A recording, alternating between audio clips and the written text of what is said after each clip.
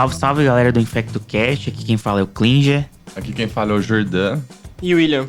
Bom, o tema de hoje, a gente vai falar de uma classe de antibióticos que eu gosto muito, que são as quinolonas. Porém, a gente cada vez menos tem utilizado as quinolonas devido a uma série de problemas que a gente vai contar pra vocês durante esse episódio. Mas é uma classe dos sonhos, né, Jordan? Exatamente. É uma droga, assim, que eu acho que ela sofre mais hate do que ela merece. É uma classe que o que acontece é que, para infecção urinária, né, já entrando aqui um pouquinho no tema, infecção urinária baixa, que é uma das principais infecções aí no nosso dia a dia, a gente tem drogas muito seguras que praticamente não tem absorção sistêmica e que funcionam muito bem, que é a nitrofurantoína e a fosfomicina. A gente já falou disso diversas vezes. E as pessoas utilizavam muito ciprofloxacino também para tratar essas cistites. E por conta disso, né, apesar de ser uma droga segura, uma quinolona perto de uma nitrofurantoína que não tem absorção sistêmica nenhuma, tem muito mais efeito adverso. A FDA lançou uma nota, isso em 2016 ou 2018, se eu não me engano, alertando sobre os diversos efeitos adversos que uma quinolona pode trazer e orientou a não prescrever para tratar, por exemplo, infecções simples como a cistite. E desde então, a quinolona veio sofrendo um hate absurdo,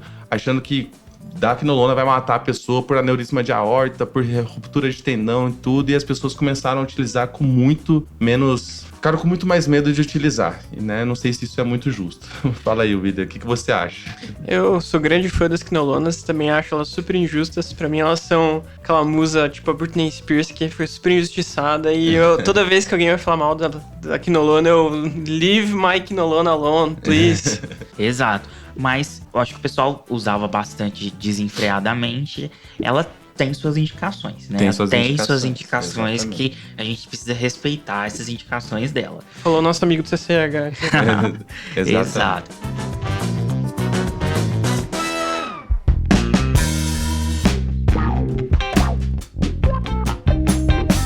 A quinolona, ela é, como mecanismo de ação, ela vai inibir a síntese de DNA bacteriano, né? Então, se você inibe a síntese de DNA, você acaba matando essa bactéria. Essa inibição ela é feita através da inibição da DNA girase e da topoisomerase 4. A DNA girase, né, é uma enzima que está mais presente nos gram negativos e a topoisomerase 4 vai estar mais presente nos gram positivos. E atualmente a gente vai ter várias quinolonas disponíveis no mercado, né, como ciprofloxacino, norfloxacino, levofloxacino, moxifloxacino e, por último, que foi lançado recentemente no Brasil, o delafloxacino, né? Dessas daí, mais que a gente utiliza mesmo seria o cipro e o levo, né? Que tá mais comumente disseminado aí. Norfloxacino a gente quase não utiliza. Beleza, e a gente vai falar um pouquinho, né, sobre essas diferenças entre as quinolonas, entre mecanismos de ação e tudo mais.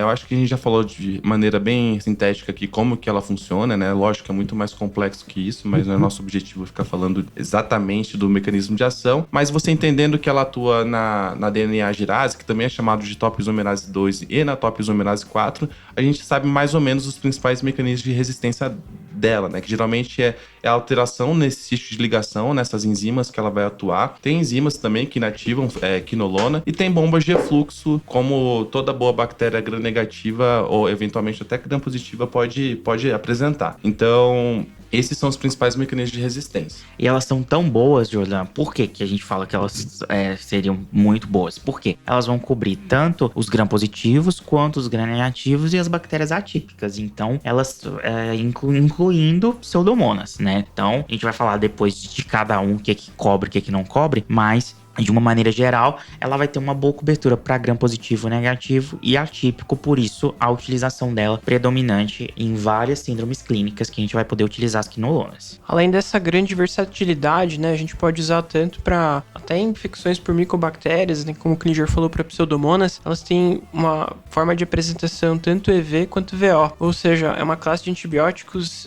que a gente pode usar via oral, a única para pseudomonas. Exato. Bons tópicos de farmacocinética, né? Elas vão ser drogas lipofílicas, vão ter concentração intracelular muito boa. E por ela ter concentração intracelular muito boa, a gente vai concentrar bem na pele, no pulmão, nas articulações, nos rins, na próstata. Que aí vai gerar aquelas possibilidades de tratamento. A gente poder tratar uma prostatite, de poder tratar uma pneumonia, de poder até me forçar e tratar uma infecção de pele, partes moles, uma osteomielite. Vão ser bem versáteis assim no tratamento generalizado. Inclusive, são boas opções para osteomielite, tanto pela sua forma de administração EV, quanto VO, né? Por exemplo, osteomielite, uma infecção articular que a gente trata durante mais tempo, acabam sendo, às vezes, uma boa saída. Exatamente, mas ao passo que é bom essa grande distribuição da droga, né? Então ela penetra em tudo, praticamente, assim. O problema de penetração nunca vai ser... Se não penetra menos em próstata comparado com a concentração em nível sérico, por exemplo, mas quando comparado com outras drogas, é uma droga que tem uma boa penetração óssea. Mesma coisa com osso, né? Nenhum antibiótico tem uma penetração 100% ali, assim, em matriz óssea. Mas, perto de outras drogas, é um dos antibióticos que mais tem ação em biofilme, nessas infecções crônicas. Então, acaba sendo um antibiótico muito bom, pensando em farmacocinética e farmacodinâmica. O grande problema é que a mesma coisa boa, que é absorver tudo, faz para tratar, também traz de efeito adverso. Então, é uma droga que tem muitos efeitos colaterais ali associados com ela. É uma droga que, por ter um espectro muito amplo também, está muito associada com infecções por colite pseudomembranosa. Tem algumas associações clássicas que são efeitos adversos razoavelmente raros, assim, mas ruptura de tendão é algo bem descrito relacionado ao uso de quinolonas. Fazer o uso de artralgia, às vezes, é algo que pode acontecer. Alterações mais genéricas, como gastrite, é pouco comum. Hepatotoxicidade geralmente não é um problema, não é uma droga bastante hepatotóxica. Disfunção renal também é uma coisa que é bem segura, geralmente não é um problema. Uma coisa que está muito associado também em relação ao efeito adverso dessa droga é em relação à neurotoxicidade, né? É uma droga que os geriatras aí odeiam, uma droga que está muito associado com delírio. Então a gente evita usar essas drogas em pacientes que tem uma idade aí mais avançada. Tem até algumas descrições de neuropatia periférica, enfim. E tem um efeito adverso que foi bem propagado ali, assim, principalmente em 2018, né? Que foi o alerta que a FDA fez em relação ao risco de aneurisma e dissecção de aorta. Mas esse é um tema aí que é muito polêmico, né? Quando você pega para revisar os estudos que avaliaram isso, tem vários vieses, né? Os pacientes que utilizavam quinolona, às vezes tinham infecção mais grave, tinham outros fatores de risco associado também a aneurisma e dissecção de aorta. E acabou que após diversas revisões, não ficou muito claro se aumentar o risco é um aumento de risco muito pequeno, mas ainda fica a recomendação para pacientes que têm múltiplos fatores de riscos para aneurisma e dissecção, paciente que tem síndrome de Marfan, Ehlers-Danlos, alguma coisa do tipo. É bom evitar fazer o uso de quinolonas, porque ainda não é muito claro se isso realmente tem uma associação direta. Exato. Essa questão das tendinites, das mialgias e miopatias tem muito relacionado com principalmente os atletas e usuários de corticoide. Como o Jordão falou, a gente também evita em idosos justamente por conta dessa alteração. Esses pacientes eles podem evoluir com delírio, alterações cognitivas importantes. Então também a gente tem que tomar um pouco de cuidado, né, nessa faixa etária. Falando nisso, nesse mesmo contexto entra a questão da biodisponibilidade dela. Inclusive, elas podem atravessar a placenta. E existe a grande questão, inclusive, de uso na pediatria. É uma droga que na pediatria ela praticamente não é usada. E dentre os motivos tá que existem estudos em animais em que eles desenvolveram artropatia nas cartilagens de crescimento. Por isso, geralmente, em menores de 18 anos, a gente acaba não usando. Tem um lado bom e o lado ruim dessa história. É uma droga que, às vezes, para algumas infecções na pediatria poderia ser uma boa saída, mas também acaba sendo uma droga a menos que para ser prescrita de forma indiscriminada. É difícil a gente acabar estudando e comprovando esses efeitos, estudos randomizados, grandes, revisões sistemáticas de quinolonas em criança. É uma droga que nunca vai para frente nessa população.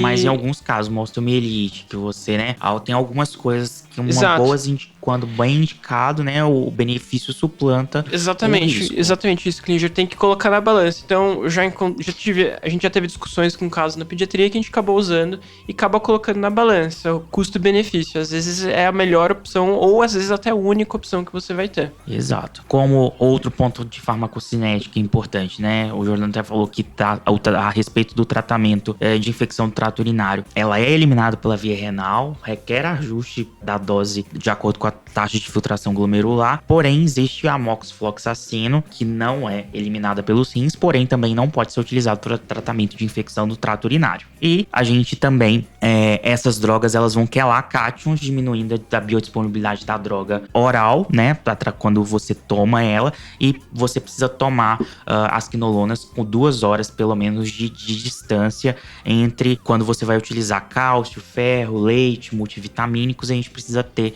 esse intervalo de 2 horas aí para ela não quelar esses íons e, consequentemente, diminuir a biodisponibilidade oral dela. Então, assim, a gente viu, né, que existem vários efeitos adversos potenciais. E tem uma outra coisa que a gente acabou não falando, mas o potencial que uma quinolona tem em gerar resistência para outros grupos de antibióticos que não são beta-lactâmicos, né? Então, tem alguns estudos que, principalmente em pseudomonas, por exemplo, que o uso de quinolona pode fazer com que ocorra o surgimento de um upregulation de algumas bombas de fluxo, ou então uma hiperexpressão de algum tipo de porina, que isso acaba podendo refletir em algum outro tipo de beta-lactâmico ou carbapenêmico. Então, assim, por isso que quando a gente quer tratar uma infecção leve, boba, que tem outras opções de antibióticos com menos efeito adverso, a gente vai preferir outra classe. Mas a gente também não precisa ali assim falar que o quinolona é a pior droga do mundo, extremamente tóxica, porque na prática, né, a maior parte dos pacientes toleram super bem e não é um grande problema isso.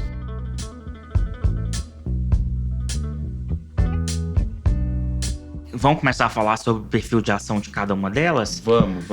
Acho que vamos dividir uma coisa que é bem importante. Entre quinolonas, em geral, a gente tem as quinolonas respiratórias, que é uma coisa que a gente sempre pergunta aí para os residentes, qual que é a diferença de uma quinolona normal para uma quinolona respiratória.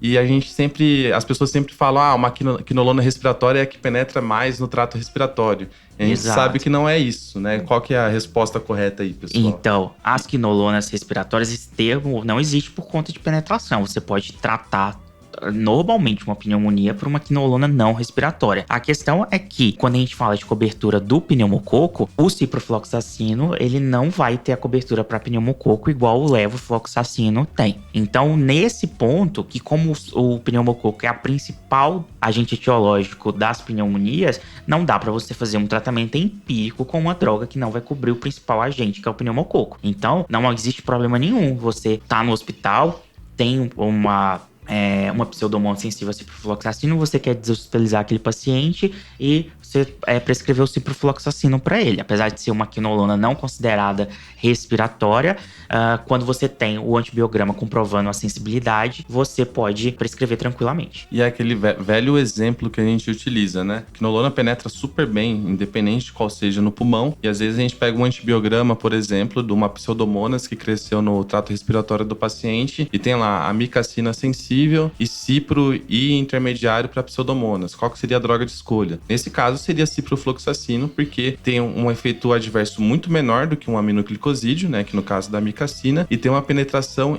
infinitamente melhor também no trato respiratório, apesar desse I aí de sensibilidade intermediária que a gente já viu em outros episódios, que é sensível com exposição aumentada. Beleza, a gente falou um pouco da diferença das respiratórias e agora tem algumas diferenças específicas ali também. A moxifloxacino, por exemplo, tem uma grande diferença em relação a ciprofloxacino e a levofloxacino. Qual que é essa diferença? Então, assim, todas as quinolonas, cipro, levo e moxifloxacino, elas vão ter cobertura tanto para bactérias atípicas quanto para micobactérias. Quando a gente fala das pseudomonas, cipro e levo vão ter coberturas semelhantes para pseudomonas. E a grande diferença do moxifloxacino é que o moxifloxacino perde a cobertura para pseudomonas, porém, ele vai ganhar uma cobertura para anaeróbio. Então, por exemplo, as pneumonias muito utilizado no caso de pneumonias hospitalares, que você precisa cobrir, né, em casos de empiema, que você pode utilizar mais tempo, ou uma pneumonia aspirativa que você vá realizar o tratamento com a cobertura anaeróbia, que a gente também já comentou aqui quais são as indicações, a gente pode utilizar moxifloxacino. Uma coisa que eu gosto bastante para deshospitalizar o paciente também é, às vezes, para infecção abdominal complicada. Então, aquele paciente que desenvolveu um pequeno abscessozinho, aí tá com você está tratando com ceftriaxona, metronidazol, o paciente está evoluindo super bem, mas como ainda tem um abscesso, a gente sabe que o abscesso precisa sumir antes da gente suspender um antibiótico, você quer deshospitalizar o paciente, às vezes uma monoterapia como o oxifloxacino seria adequada, porque ele tem uma cobertura aí razoável para os gram-negativos entéricos, né, os principais, e cobre também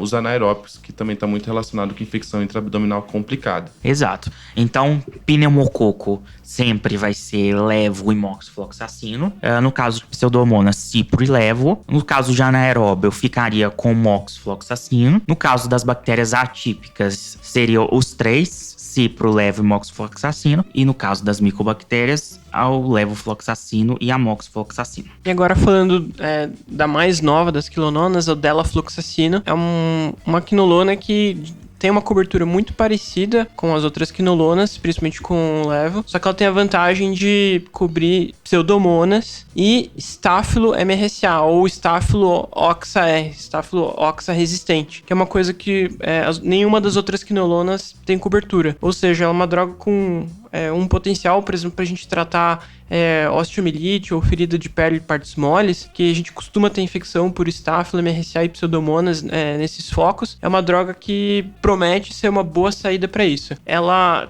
aqui no Brasil, a gente até o momento só tem EV, né? Mas existe também, vai existir o comprimido que já tem na Europa e a promessa é que chega aqui no Brasil. Isso vai ser muito bom, né? Que a gente tem poucas opções hoje em dia para tratar MRSA, tirando o Clean, da Bactrim, que às vezes mantém a sensibilidade. Às vezes doxiciclina, mas a gente tem pouco, então vai ser um grande ganho a gente ter um arsenal, principalmente quando tiver formulação oral, pra gente tratar essas infecções de peles partes moles e infecções ósseas complicadas, que foi basicamente para isso que ela foi desenhada, assim, né? Ela tá aprovada para esse tipo de infecção. Tem um uso aí também que ainda não tá muito bem estabelecido para alguns tipos de pneumonia, mas é uma droga aí que tem uma promessa muito boa.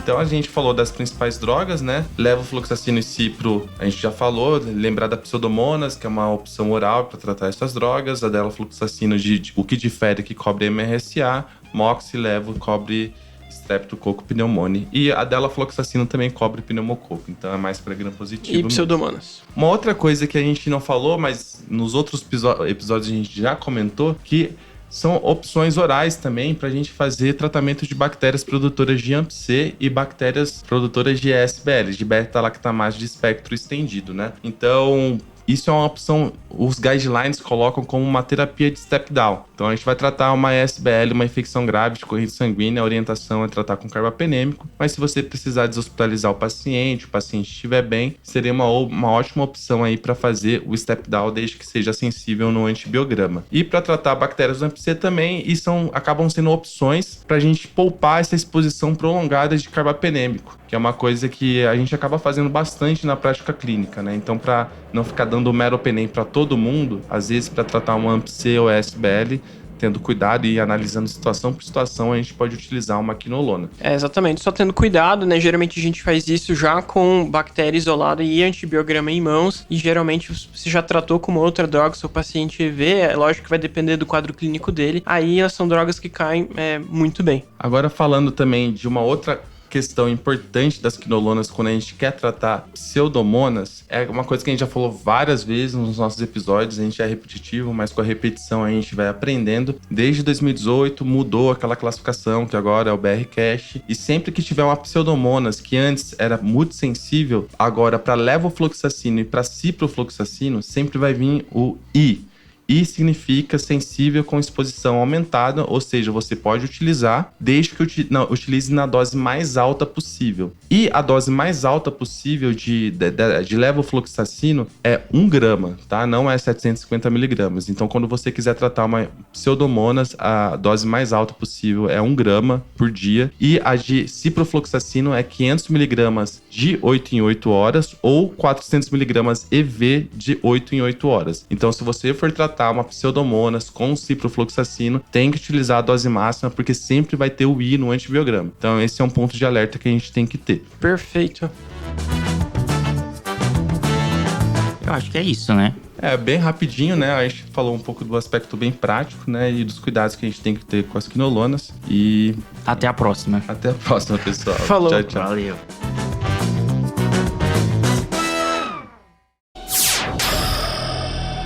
Semibreves, edição de podcast.